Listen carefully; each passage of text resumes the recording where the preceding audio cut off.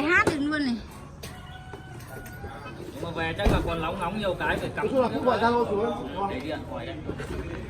Về chưa đấu được anh cứ gọi điện cho em thì Em nói rằng em mua chưa cho anh bộ chuyển đổi, em bảo vâng vâng chả thấy mua.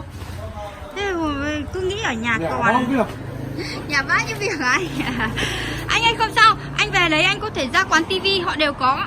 Tất cả những họ bán đồ điện tử tivi ở gần nhà anh đều có anh nhá.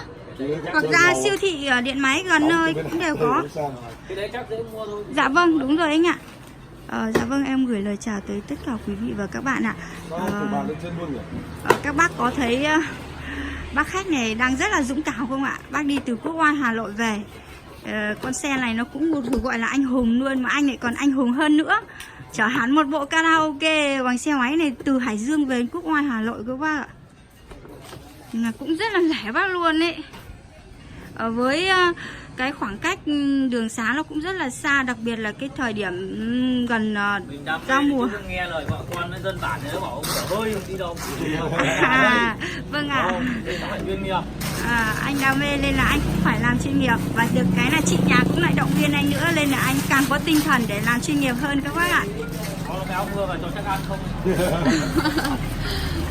Loa em quấn đi lâu rồi thì cứ yên chí, không vấn đề gì. Em đi về có đoạn nó mưa anh ạ. Ở đây nhỉ? Hôm qua hôm kia trên Hà Nội mưa suốt. Đúng rồi.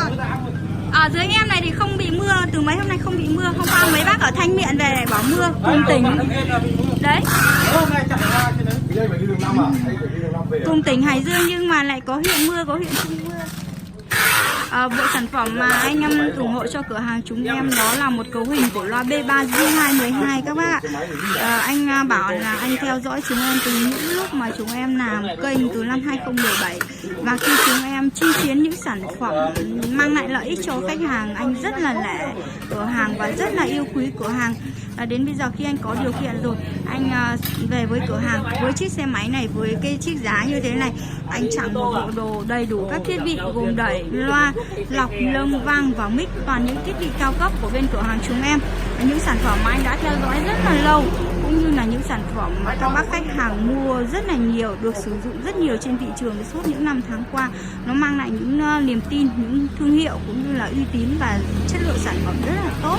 Thế nên là các bác khi đã tìm hiểu rồi, các bác lại càng đam mê mạnh hơn.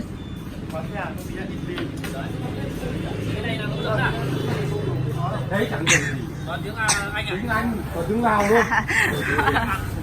Người đấy rẻ chứ không có gì. Về dùng Google dịch không xịt nổi nó. Anh ơi, nếu anh có áo mưa anh cứ mặc áo mưa trước vào anh ạ. Ôi được rồi, người ướt rồi. Người ướt được chứ không để lo ướt đấy ạ. Bởi vì đi đường xa cứ lên cẩn thận hơn, đi đỡ phải đỡ phải. Chả vội đâu, Tết này cứ đến tối về. Dạ vâng, em rất là cảm ơn anh đã tin yêu cũng như là rất là can đảm để chở bộ sản phẩm này từ Hải Dương về tới Quốc Oai Hà Nội. Với cái thời điểm Tết nhất như này, đường xá nó cũng rất là đông, mà các bác về với cửa hàng chúng em rất là nhiệt tình. Anh vào trong nhà ngồi uống nước chút nữa, xong là em hàng trăm đôi loa này. hàng trăm đôi loa nhìn mê quá. Dạ vâng, tất cả những sản phẩm mà chúng em để tại cửa hàng đây, các bác có nhu cầu cần số lượng hay là cần như nào các bác cứ alo em. Em thì cũng không có nhiều vốn, cũng như là cũng không mạnh tay nhiều vốn, dám đầu tư thật nhiều hàng, nhưng chỉ cần các bác cần là chúng em đều có hàng để cung cấp cho các bác nhé. Hôm nay chúng em được đón tiếp rất nhiều đoàn khách, hiện tại về với cửa hàng lúc này nó đang là khoảng 9 đến đoàn khách rồi.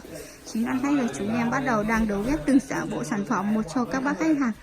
Ở bên này đó là các bác đến từ Cẩm Giàng, các bác đến từ Hưng Yên, các bác đến từ ở gần nhà em, cách nhà em khoảng 500 đến 700 mét thôi, các bác cũng đến về với cửa hàng, cũng ủng hộ cho chúng em rất nhiều sản phẩm. Còn bên này thì các bác đến từ rất xa.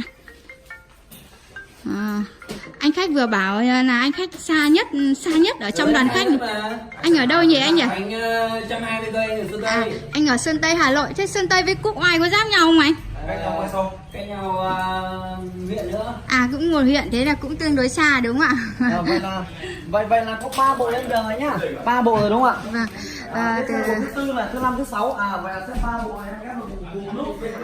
Hiện tại là trong khoảng cách 1 giờ đồng hồ trước chúng em đã lên đường 3 bộ sản phẩm karaoke rồi. Em gửi lời chân thành cảm ơn tới tất cả quý vị và các bạn luôn đồng hành theo dõi cũng như tin tưởng và ủng hộ các sản phẩm của bên cửa hàng âm thanh A Luân.